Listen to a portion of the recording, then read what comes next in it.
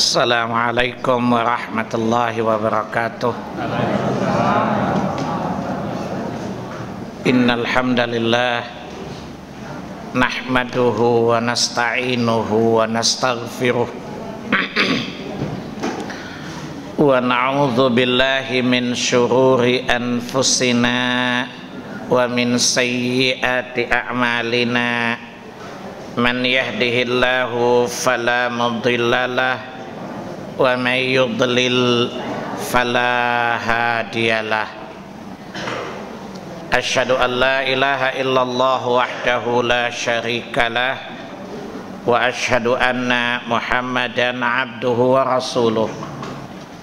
Allahumma salli ala Muhammad wa ala ali Muhammad kama sallaita wa kama barakta ala Ibrahim wa ala ali Ibrahim innaka Hamidum Majid. Ya ayyuhalladzina amanu taqullaha haqqa tuqatih wa la tamutunna illa wa antum muslimun. Ya ayyuhan nasu taqu rabbakum alladzi khalaqakum min nafsin wahidah wa khalaqa minha zawjaha wa batha minhuma rijalan katsiran wa nisaa wattaqullaha alladzi tasaaluna bihi wal arham innallaha kana 'alaikum raqiba. Ya ayyuhalladzina amanu taqullaha wa qulu qawlan sadida yuslih lakum a'malakum wa yaghfir lakum dhunubakum wa may yuti'illaha wa rasulahu faqad faza fawzan 'azima. Amma ba'du fa inna asdaqal hadithi kitabullah wa khairal hadi hadi Muhammadin sallallahu alaihi wasallam wa syarral umuri muhdatsatuha wa kullu muhdatsatin bid'ah wa kullu bid'atin dhalalah wa kullu dhalalatin finnar. Bapak dan Ibu, ikhwani wa akhawati fiddin, jamaah duha assalam, rahimani Allah wa iyyakum. Alhamdulillah, segala puji bagi Allah yang telah mempertemukan kita kembali. Biasanya orang suka menuduh begini, itu di Masjid As-Salam itu kajiannya tauhid melulu, akidah melulu, ya. Karena pernah saya di satu masjid ba'da maghrib ada seorang ustadz ceramah. Apa kata dia? Itu salafi itu ngajinya kok kitab tauhid melulu sampai kitabnya kucel katanya. Sementara orang-orang kafir sudah ke bulan, dia masih bahas saja kitab tauhid. Selesai saya tanya pertama, begitu lihat saya dia nggak tahu kali saya ustadz. Tapi begitu saya tanya gini, ustadz, tadi antum singgung-singgung salafi misalnya, bahas kitab-kitab tauhid sampai kucel kitabnya, sementara orang kafir sudah ke bulan, kita masih di bumi. Yang saya tanyakan kepada anda satu, anda lagi bikin proyek mau ke bulan, terus gara-gara salafi bahas kitab tauhid. Tampang antum tuh bodoh, nggak ngerti saintis, ya. Begitu saya ngomong gitu kayaknya dalam hati kurang ajar nih penanya, ya. Kemudian yang kedua, saya pengen nanya antum, emang orang kafir semuanya ke bulan? Tidak semua orang kafir ke bulan, kan? Yang ketiga, emang kita diperintahkan Allah ke bulan? Yang keempat, emangnya kalau ke bulan, yang kita diperintahkan ke bulan atau mengenali pencipta bulan? Saya tanya, kita ini sedang berusaha ke bulan atau ke jannah? Nah, ke jannah. Orang kafir ke bulan berapa orang sih? Itu sampai kaki jari saya semuanya nggak cukup, bukan? Nah, lebih banyak jari kaki saya daripada orang ke bulan, bukan? Ini ustadz lain kali kalau ceramah yang produktif. Ada ustadz yang ngomong begini nih, ada ustadz tuh ngomong sholat sunnah ini sholat sunnah itu tanpa dalil lah, pokoknya sukoi lah, suka-suka ya. Terus ada ibu-ibu pinter, ada ibu-ibu nanya dari belakang, Ustadz tadi sholat sunnah ini kira-kira dasarnya hadis apa, kira-kira saya bisa tahu, sebab kalau tidak ada dasar hadis kata ulama itu bid'ah. Mungkin gerah kali ustadznya dengar kata bid'ah dari ibu-ibu pula, temenan ibu-ibu gitu yang agak yang cerdas gitu. Terus jawaban ustadznya gak ilmiah banget gitu loh. Bu, gak usah bid'ah. Dulu Nabi tidak mengerjakannya karena takut kita repot. Jadi kalau memang kita merasa gak ada kerepotan, kerjakan aja, semuanya baik kok. Saya diam-diam aja pas mau sholat maghrib, saya tanya, Ustadz ada kegiatan lagi nggak? Enggak. Berarti Ustadz gak repot ya? Iya. Gimana kalau maghrib 5 rakaat? Ustadz kan lagi nggak repot. Dulu Nabi 3 karena takut kita repot Ustadz. Sekarang lagi nggak repot kan? Gimana kalau 5? Hah, kaget dia. Nah, jadi insya Allah nggak bid'ah. Karena dulu Nabi 3 karena kita nggak takut kita repot kan? Nah, saat ini Ustadz kan lagi nggak repot. Saya juga sedang tidak repot sih, gimana kalau maghrib 5 rakaat? Kan lagi nggak repot. Dia dalam hati, wow. Jelas ya tuh. Dia nanya sama pegawai, ditanya sama pengurus masjid. Itu yang nanya, itu yang suruh sholat 5 rakaat siapa? Dan namanya Ustadz Salim. Ya, jawab kenapa kita belajar akidah lebih banyak? Jawab bahwa akidah adalah perkara yang pertama ditanya oleh Allah di hari kiamat, dan akidah adalah perkara yang pertama dilalaikan oleh manusia. Ya, coba Bapak Ibu lihat di surat yang ke-7 Al-A'raf ayat yang ke-172 dan 173.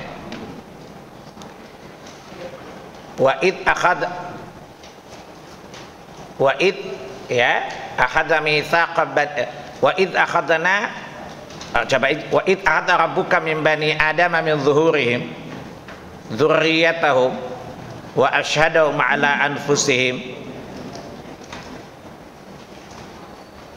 Ya, saya ulang, wa id akhadna wa id ya apa wa id akhadha rabbuka min bani adama min zuhurihim dzurriyyatahum wa asyhadahum ala anfusihim alastu birabbikum qalu bala syahidna an taqulu yaumal qiyamati inna kunna anha ghafilin.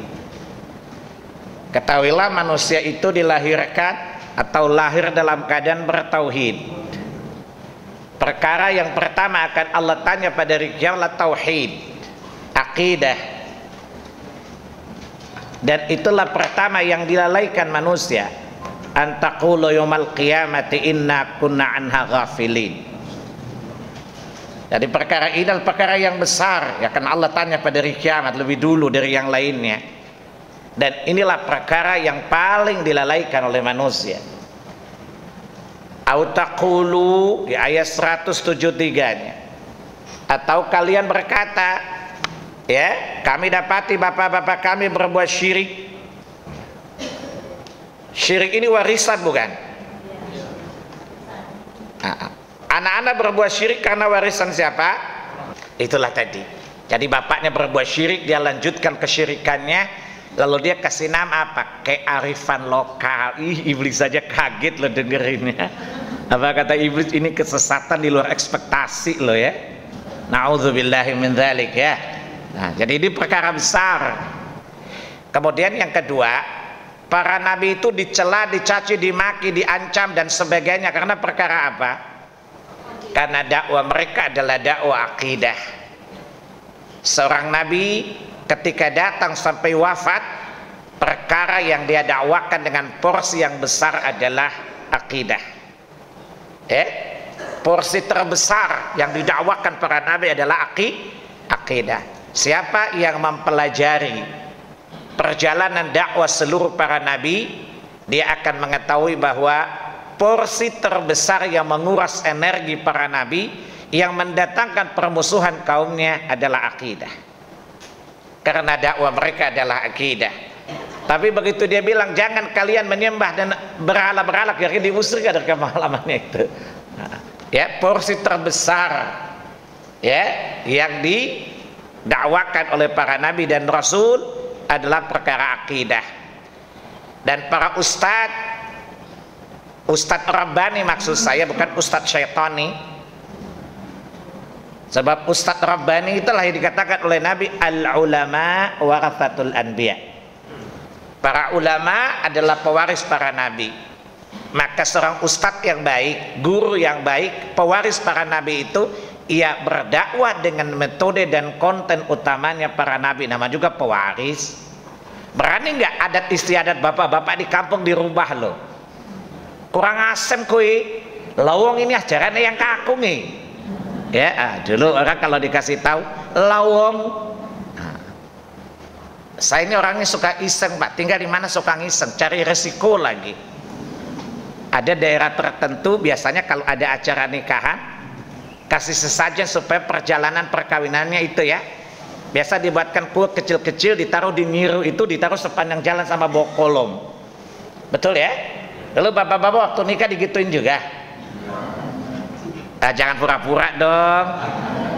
Ini kesyirikan ya. Jadi ini yang dikatakan tadi, kami dapati bapak-bapak yang berhasil, kami melanjutkannya sebagai sebuah keyakinan. Yang Allah katakan apa?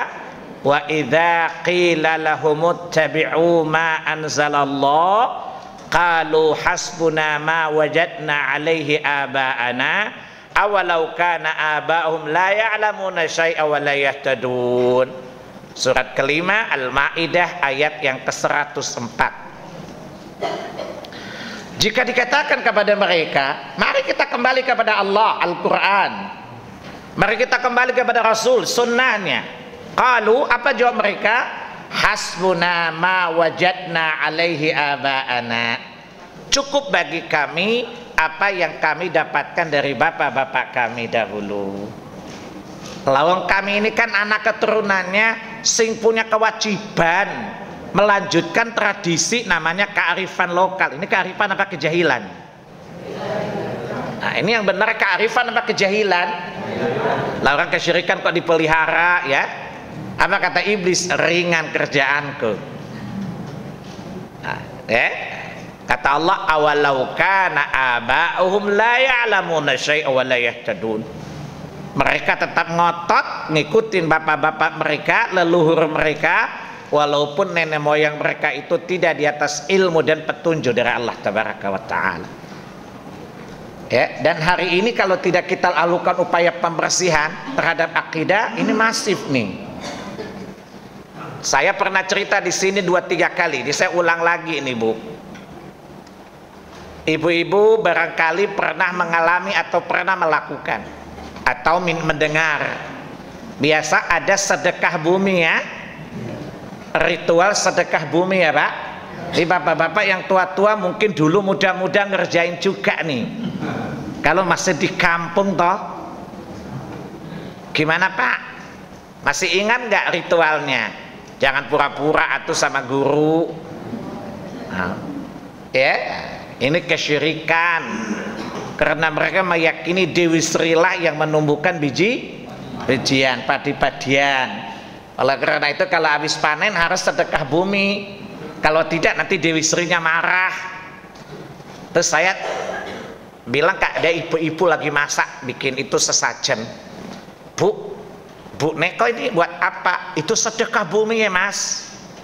Ceritanya gimana? Kok ada sedekah bumi? Orang sedekah kepada fakir miskin Bu. Kok bumi disedekahin? Oh cerita pinter Bu. Ini ibu-ibu pinter luar biasa. Nggak bisa baca Quran, tapi pintar menjelaskan cerita sedekah bumi tadi. Bu, itu syirik. Lah syirik gimana? Lawang ini udah budaya ya. Saya nggak bilang suku mana, tapi kira-kira kan saya cuma merekam aja ya. Nah, lah gimana? Orang dari dari leluhur juga sudah gitu. Ini sebenarnya bukan budaya Indonesia Bu. Itu orang-orang musyrik dulu juga gitu. Apa kata ibunya? Lawang kiainya aja doain dulu. Kiainya kira-kira 45-an waktu itu ya, masih muda. Terus saya datengin, kan dia rumahnya kira-kira 3 rumah dari rumah ibu yang saya ajak ngomong tadi. Apa kata dia? Kata Pak Kiainya tadi, ini adalah tradisi Indonesia pas. Saya bilang itu kan ada keyakinan, kalau tidak begitu nanti ada kualat, bagaimana cuma sekedar budaya. Terus saya bilang, Mas tahu nggak, ini tradisi kesyirikan orang-orang dulu. Kalau saya bilang, coba lihat surat 16 ayat 52 sampai 56. Lillahi ma fis samawati wa ma fil ard walahuddinu wasibah afaghairallahi tattaqun. Milik Allah lah apa-apa yang di langit dan di bumi, dan hanya kepadanya ketaatan dalam agama ini selama-lamanya. Allah bertanya, afaghairallahi tattaqun, mengapa kamu takut kepada selain Allah? Faham? Rasa takut inilah yang melahirkan sedekah bumi ayat 56-nya, ayat 56-nya. Allah bilang, ya ayat 53-nya apa? Seluruh nikmat itu milik Allah, kan? Betul? Terus, jadi kalau kalian takut sesuatu, minta pertolongan kepada siapa? Allah, kan? Nah, ibu lihat di ayat yang ke-56-nya. Mereka berikan sebagian hasil rizki yang Allah berikan kepada berhala-berhala, bukan? Yang mereka tidak tahu kekuasaannya. Jadi itu syirik yang itu saya tanya, ini kearifan lokal atau transnasional? Itu syiriknya transnasional loh, udah dulu di Arab. Betul? Jadi namanya syirik transnasional gitu loh. Jadi kalau ada ormas yang menjaga budaya ini, ya kita jawab itu syirik transnasional, orang dari dulu itu. Si Pak Kiai mudanya tadi kaget banget gitu loh. Waduh, baru tahu aku. Nah, Mas dibayar berapa sih Mas? Tapi neraka selama-lamanya Mas kalau tidak ini. Saya khawatir kita masuk neraka gara-gara kita tergelincir. Apa kata Pak Kiainya? Ya daripada aku diusir, nah aku diusir dari situ. Nah, soalnya kalau aku nggak nurutin aku diusir ya Mas. Nah, hijrah aja Mas. Saya tanya, masa bertahan di atas kesesatan? Sebenarnya dia nggak diusir sih, cuman ya itu bil fulus kullu syai'in tembus, bila fulus kullu syai'in mampus. Ini ceritanya ujung-ujungnya duit, UUD. Saya tanya itu kalau Pak Kiainya nggak ngikutin diusir toh? Kata ibu itu mah enggak, kata ibu-ibu ini. Maka berbicara akidah hal terpenting. Ya, terakhir Bu. Ya, kalau kita ngomong gini pasti dituduh itu jamaah takfir itu, mudah kafir-kafirin orang gitu ya. Kita bawa hadis kullu bid'atin dhalalah wa kullu dhalalatin finnar, tuh kafirin orang kan. Ini namanya KOON, namanya koin KOON. Bu, masa setiap orang di neraka pasti kafir? Enggak lah, orang Islam juga banyak masuk neraka kan. Ya karena bid'ah itu di neraka, maka dia bilang itu kita kafirkan. Jawab, tidak semua orang yang masuk neraka orang kafir, bukan? Orang beriman juga masuk neraka, hanya bedanya orang kafir kekal, orang beriman selama dia tidak mempersekutukan Allah, maka dia akan dikeluarkan setelah selesai batas hukumannya. Jadi orang-orang mukmin tidaklah sama di neraka, enggak. Kalau ditanya kok bisa? Ya bisa lah, masa bisa dong? Jawabannya apa? Man jaa bis-sayyi'ati fala yudza illa mithlaha. Barang siapa yang berbuat dosa, Allah menghukumnya tidak melampaui dengan kadar dosanya. Sekarang orang muslim bertauhid, ada kebaikannya enggak? Tidak berbuat syirik, berarti kebaikannya masih utuh, bukan? Itu dia berbuat dosa, tentu Allah azab dia tidak melampaui dosanya, bukan? Nah, sesuai kadar dosanya, bukan? Kalau selesai kadar dosa, Allah bilang man jaa bil hasanati falahu asyru amsalihha, bukan? Dia datang kepada Allah dengan satu kebaikan, Allah gandakan 10 kali lipat. Di mana Allah balas kebaikannya? Ya di jannah lah. Paham? Maka dia masuk surga setelah diazab di neraka karena tauhidnya. Ibu-ibu pengen kekal di neraka atau sebentar atau tidak sama sekali? Ini ada option, Bu. Ya, selamanya, sebentar atau tidak sama sekali. Nah, jagalah tauhidmu. Nah, jagalah akidahmu. Ya, karena dengan itu kita diselamatkan oleh Allah Tabaraka wa Ta'ala. Karena tauhid itulah kita berhak mendapatkan syafaat. Satu saat teman saya Natalan, ya Ustadz, kita kan berteman udah 15 tahunan ya. Iya, kenapa? Kok nggak pernah sekalipun ngucapin selamat Natal? Saya tanya, emang Natal tuh apa sih acaranya? Apa sih peristiwa apa sih Natal itu? Dia bilang itu hari lahirnya Yesus, Ustadz. Oh, Yesus tuh siapa? Saya nanya, ya kan nggak boleh celah agama orang kan, dilarang sama Allah. Dia tanya balik nanya, emang di Quran nggak ada Yesus? Dia bilang itu Yesus tuh Isa. Oh, di Isa di Quran ada sih. Di Quran tuh Isa 25 kali disebut. Yang kedua Al-Masih 18 kali disebut. Tapi kata Yesus nggak ada. Nah, itu Isa yang lahir. Nah, saya tanya, nah itu dia. Saya itu nggak ngucapin selamat. Kalau toh Isa pun saya bingung. Kenapa di Quran Isa itu lahir musim panas, dekat sungai, di ruang terbuka. Kenapa di situ musim salju? Jadi kan ragu, gak mungkin satu figur dua cerita kan? Kalau dilihat dari Quran surat, saya bilang surat 19 ayat 17, 18, 19, 20, 21, 22, 23, 24 sampai dengan 35, Isa itu lahir di Timur Tengah, ya, di musim panas yang terik. Kenapa? Karena ibunya ketika sakit, Allah menyuruh dia menggoyang kurma, lalu kurma itu rutab. Nama rutab itu kurma yang matang, dan kurma tidak mungkin matang kecuali musim panas. Maka saking matangnya digoyang begini jatuh, terus di padang rumput. Nah, kan nggak mungkin Isa lahir di Arab dulu baru ke Eropa kan? Sebab dua versi cerita kan, yang satu di bawah pohon kurma, satu di bawah pohon pinus. Ya, satu di musim panas, satu di musim salju. Yang pertanyaannya adalah, emang dia lahir di Arab dulu baru ke Eropa? Kan nggak mungkin satu orang lahir dua kali kan?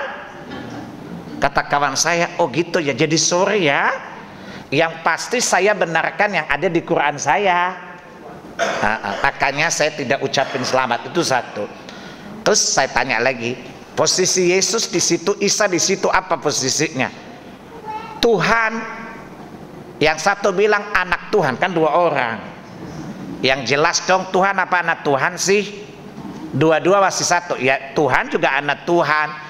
Saya balik nanya, kalau saya ketemu dia, kapan saya tahu dia Tuhan, kapan dia anak Tuhan?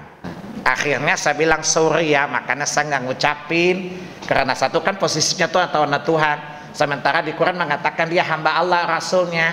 Jadi kontradiksi kan?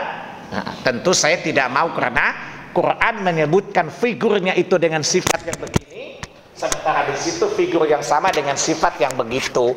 Berarti terjadi ambigu nggak? Nggak mungkin dua-duanya benar kan? Saya bilang hanya satu yang benar kan? Lalu saya tanya sama dia, mungkin nggak satu orang lahir dua kali? Dia bilang nggak mungkin. Nah, lalu lama-lama teman saya suka nelpon, Bro, habis diskusi saya pulang saja diragu dengan agama saya. Saya bilang coba didalami lagi agamamu. Dia bilang iya, makin didalami saya terbayang-bayang ucapan Ustadz, jadi bingung saya. Saya bilang pindah saja ke sini, insya Allah nggak bingung.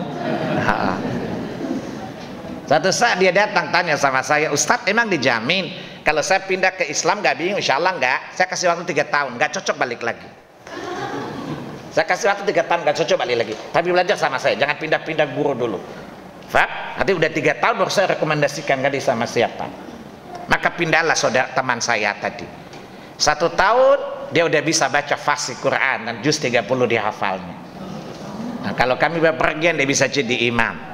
Saya tanya gimana, ada rencana balik? Enggak, sudah nyaman Ustaz. Tahun kedua begitu. Tahun ketiga saya bilang, bro, kontrak udah selesai. Gimana menurut antum? Menurut I bagaimana? Demi Allah Ustaz, saya udah nyaman, udah bisa. Kalau baik, jadi jawabannya menjawab syubhat seperti itu ya. Akidah adalah hal utama, hal terpenting dalam agama. Tidak ada agama tanpa akidah.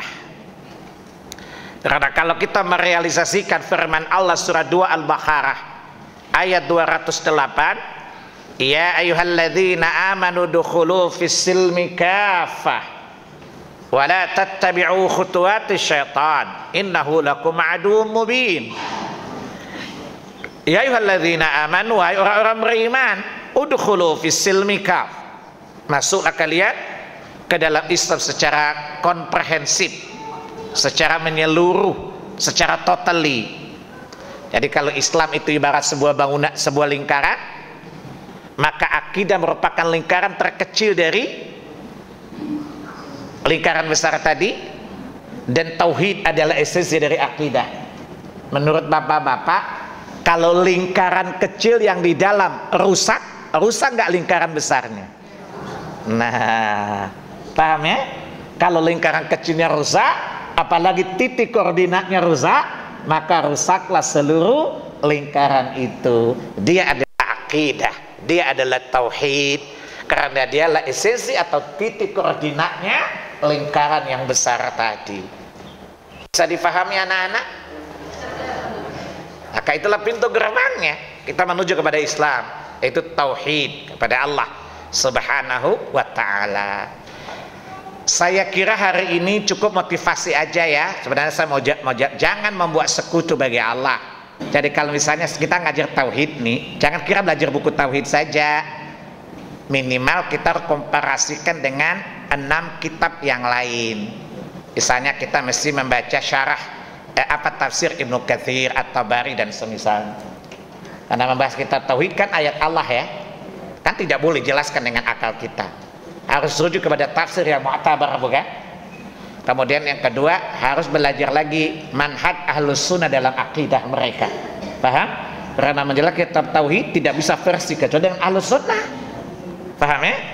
Sebab akidah itu macam-macam. Ada versi yang sesat, ada versi yang lurus, bukan? Dan versi yang lurus seperti kata Nabi apa? Maka ana alaihil yauma wa ashabi, yaitu beliau dan para sahabatnya, akidah mereka yang disebut dengan akidah ahlus sunnah wal jamaah. Mereka disebut ahlus sunnah wal jamaah. Jadi jangan kira kalau kita para ustadz itu ngajak satu kitab lalu itu enggak ya, harus dibaca di kitab-kitab pendukungnya sehingga tidak salah ketika menerangkannya ya. Karena kitab A menjelaskan global, terperinci pada kitab yang lainnya, sehingga pemahaman itu menjadi utuh. Seperti chef misalnya, ustadz kan kayak chef kan ya, dia membaca, dia ramu resepnya ya, kemudian nanti dia pada saat menjadikan makanan lezat, terasa, tidak mengandung racun. Sebab kadang-kadang ustadz kayak barista atau chef, bayangkan makanan yang nutrisi 80%, cyanida 20%, mati nggak si konsumennya? Itu syubhatnya maksudnya. Paham? Nah, jadi ustadz yang mengajar mengandung syubhat itu sama dengan cyanida. Paham? Nah, coba lihat kopi Vietnam tuh, 80% atau 90% isinya kopi Vietnam gitu loh.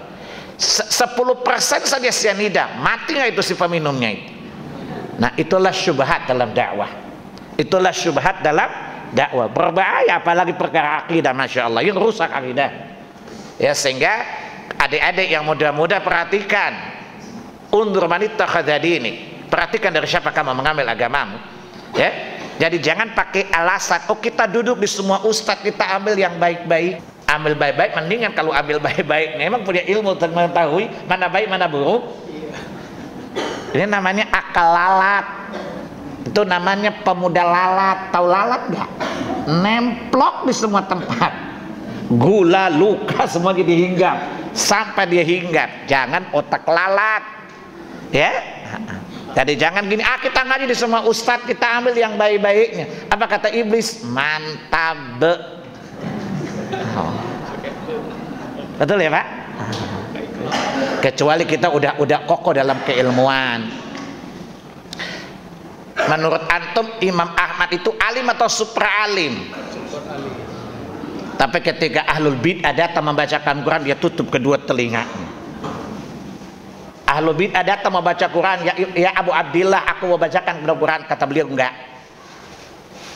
Ditanya, ya Abu Abdillah, kan dia mau baca Quran, Qurannya benar tapi tafsirnya kan batil. Saya khawatir saya terkena syubhatnya. Imam Ahmad, lo bayangkan, Masya Allah, antum cuman Ahmadnya Al-Bekasi. Masya Allah. Ya Ahmad, Masya Allah bin Hanbal, ya, antum cuman Ahmad fi Bekasi. Coba lihat. Masya Allah, ambil baik-baiknya. Jelas ya akh ya. Oleh karena itu saya suka bilang gini, kita tidak ragukan keilmuan banyak orang, yang kita khawatirkan keamanahan ilmiahnya. Ustadz, kalau ada yang tanya apa beda tauhid dengan akidah? Akidah itu hal-hal yang wajib diyakini. Jadi kalau kita buatkan itu, akidah itu umum ya. Jadi tauhid bagian dari akidah. Kalau akidah itu apa? Akidah itu sama dengan rukun iman. Kalau rukun iman yang dipercaya ada berapa? 6 kan? Kalau tauhid hanya berkaitan dengan keesaan Allah saja. Jadi tauhid itu bagian yang inti dari akidah. Adapun akidah bagian yang umum dari tauhid. Paham ya? Waalaikumsalam warahmatullahi wabarakatuh. Salat berjamaah karena kurang khusyuk, ketika tasyahud ana membaca Al-Fatihah sampai salamnya imam. Apa yang harus anak lakukan? Apakah iya? Jadi bapak atau yang bertanya sujud sahwi. Jadi ketika imam salam, ya bapak duduk lagi baca tasyahud lagi. Karena bacaan tasyahud gak boleh diganti. Paham ya? Maka ketika imam salam, bapak nggak ikut salam. Ya bapak baca tasyahud lagi. Paham ya? Nah, kemudian sujud. Sebab tasyahud bapak tadi saya ulangi, baca tasyahud, ya kemudian sujud sahwi pertama, ya kemudian kedua, kemudian sujud lagi, baru salam. Paham ya? Karena ingat, bacaan tasyahud rukun. Karena bapak sudah mengganti dengan Al-Fatihah, berarti bapak tidak membaca tasyahud. Jelas? Karena tidak membaca tasyahud, rukunnya berarti syaratnya bapak tidak memenuhi satu rukun, bukan? Dan rukun harus diganti dengan rukun yang sama. Maka bapak membaca tasyahud, setelah selesai tasyahud mestinya salam, bukan? Tapi karena bapak berbuat kesalahan, maka sujud sahwi. Jadi bapak punya kewajiban. Makanya sahwi itu kan dalam sholat itu, makanya dalam sholat perlu diperhatikan mana syarat. Kalau syarat gak bisa diganti dengan sujud sahwi. Contoh, syarat sholat apa? Bersih dari hadas besar, hadas kecil. Ya, bapak sedang sholat, tiba-tiba keluar mani, batal sholatnya, nggak bisa diganti, tuh batal. Faham? Pergi mandi, baru balik sholat lagi. Itu kalau syarat. Faham? Atau sementara sholat, bapak tiba-tiba tetut, batal sholatnya, nggak bisa diganti dengan lain. Nah, maka perbaiki wudhunya dan sholat dari awal. Itu syarat. Dan tidak dikenakan sujud sahwi. Paham? Kemudian dalam ibadah sholatnya, mulai dari takbir sampai salam, ada 3 hukum yang terkandung di dalamnya. Pertama rukun, yang kedua wajib, ketiga sunnah. Nah rukun itu apa? Takbir, ihram, ya, Fatihah, surah Al-Fatihah, ya, kemudian ruku, i'tidal. Saya contoh gini, sama tasyahud tadi. Jadi kalau terlupakan, bapak harus tambah lagi. Nah, karena cuma tasyahud saja, maka baca tasyahud. Misalnya gini, misalnya nih, bapak pada rakaat pertama tidak baca Fatihah, saking semangatnya, siapa tahu baru dapat duit banyak gitu ya, saking semangatnya Allahu Akbar, langsung Qul huwallahu ahad. Siapa tahu lagi semangat gitu. Sholat pada rakaat terakhir, mau salam baru ingat, Masya Allah, tadi rakaat pertama saya belum baca Al-Fatihah, maka bapak hukum rakaat pertama batal. Tapi bapak nggak usah dari awal, bapak berdiri lagi rakaat pertama, tambah 1 rakaat lagi, Faham? Maka rakaat kedua dianggap rakaat yang pertama, rakaat ketiga dianggap rakaat yang kedua, rakaat ketiga dianggap rakaat yang terusnya. Maka Bapak nambah 1 rakaat saja, tidak usah ulang dari awal. Beda dengan syarat tadi. Kalau syarat batal 1, ulang dari awal semua. Kalau rukun, cukup rukun itu yang diganti saja. Paham ya? Dan wajib sujud sahwi. Yang kedua wajib. Jadi apabila ditinggalkan, kalau jadi saya ulangi, rukun itu kalau tidak ditunaikan batal sholat. Maka harus tetap ditunaikan. Wajib itu adalah apabila terlewat tidak apa-apa, tidak membatalkan sholat, tapi wajib sujud sahwi. Sujud sahwi itu salah satu fungsinya dam. Paham? Jadi sujud sahwi itu kata para ulama damnya sholat. Ya contoh gini, wajib sholat itu apa? Duduk tasyahud awal. Itu wajib. Kalau bapak-bapak udah terlanjur berdiri lurus, gak boleh duduk lagi karena masuk ke rukun. Paham? Sah salatnya, tapi wajib sujud sahwi. Bisa difahami? Maka tadi bapak karena tidak baca tasyahud, baca fatihah. Kok bisa baca fatihah apa gimana? Dia lagi kepikiran mau kawin lagi. Biasa aki-aki kalau sholat pikirannya kemana-mana, biasanya pengen kawin lagi tuh. Atau si nenek-nenek lagi berulah kali ya di rumah. Jadi aki-aki bingung dalam sholatnya. Bagaimana kalau belajar agama sendiri tanpa hadir di majelis ilmu, namun hasil belajar mampu ya apa itu menganalisa Al-Quran dan Al-Hadis? Apakah boleh? Tidak ada orang yang punya kemampuan belajar sendiri, Pak. Ya, masih harus menghadapi guru. Saya tanya sama antum, mana ada ulama yang dulu di rumah baca buku jadi alim? Gak ada. Ya, mesti bertemu dengan guru. Ya, harus menghadapi guru. Yang terhormat Ustaz. Ya, assalamualaikum waalaikumsalam warahmatullahi wabarakatuh. Ustaz, ibu saya sudah 8 tahun usianya. 84 tahun ya usianya.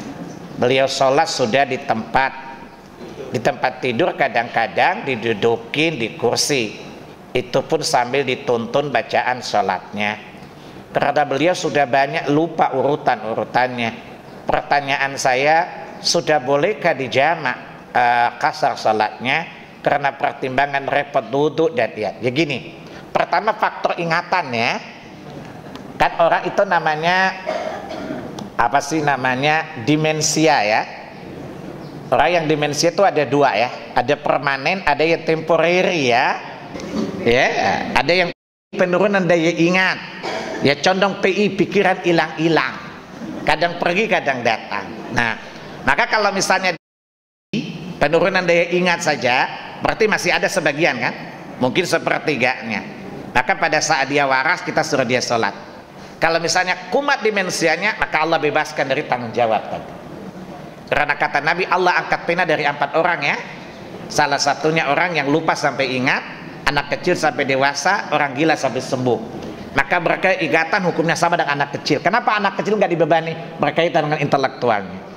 Paham ya? Kalau memang sudah permanen ya, jadi kalau memang sudah hilang ingatannya, tapi kalau masih diingat, kalau dia masih ingat, belum udzur syar'i ya, maka dia tetap wajib sholat. Pertanyaannya, fisiknya kan lemah ya. Kalau dia wudhu lagi kan sangat buat dia susah ya. Maka pada waktu itu lebih utama dia diberi udzur untuk jamak. Paham ya? Dia menjamak sholat karena ada masyakah, ada kesulitan baginya. Ya, kan dalam kaidah sesuatu yang sulit maka Allah berikan keringanan. Paham ya? Ingat bahwa disuruh kebolehan jamaah di sini berkaitan dengan fisiknya. Paham ya? Kalau dia mesti tiap wudu ya, mesti wudu lagi, apalagi kalau tua beseran lagi kan bikin kasihan juga ya. Nah, menyulitkan sekali. Karena mendatangkan kesulitan maka adanya kemudahan. Ya, maka pada orang seperti ini maka boleh dia menjamak salatnya. Dia menjamak sholatnya. Lohor kita suruh dia sholat asar sekalian. Nanti maghrib kita sholat dia sholat isya sekalian. supaya tidak membuat dia sengsara dengan keadaan itu. Tidak kasar ya, dia cukup menjamak saja. Baik, kita akhiri. Subhanakallahumma wa bihamdika asyhadu an la ilaha illa anta astaghfiruka wa atubu ilaik. Wassalamu alaikum warahmatullahi wabarakatuh.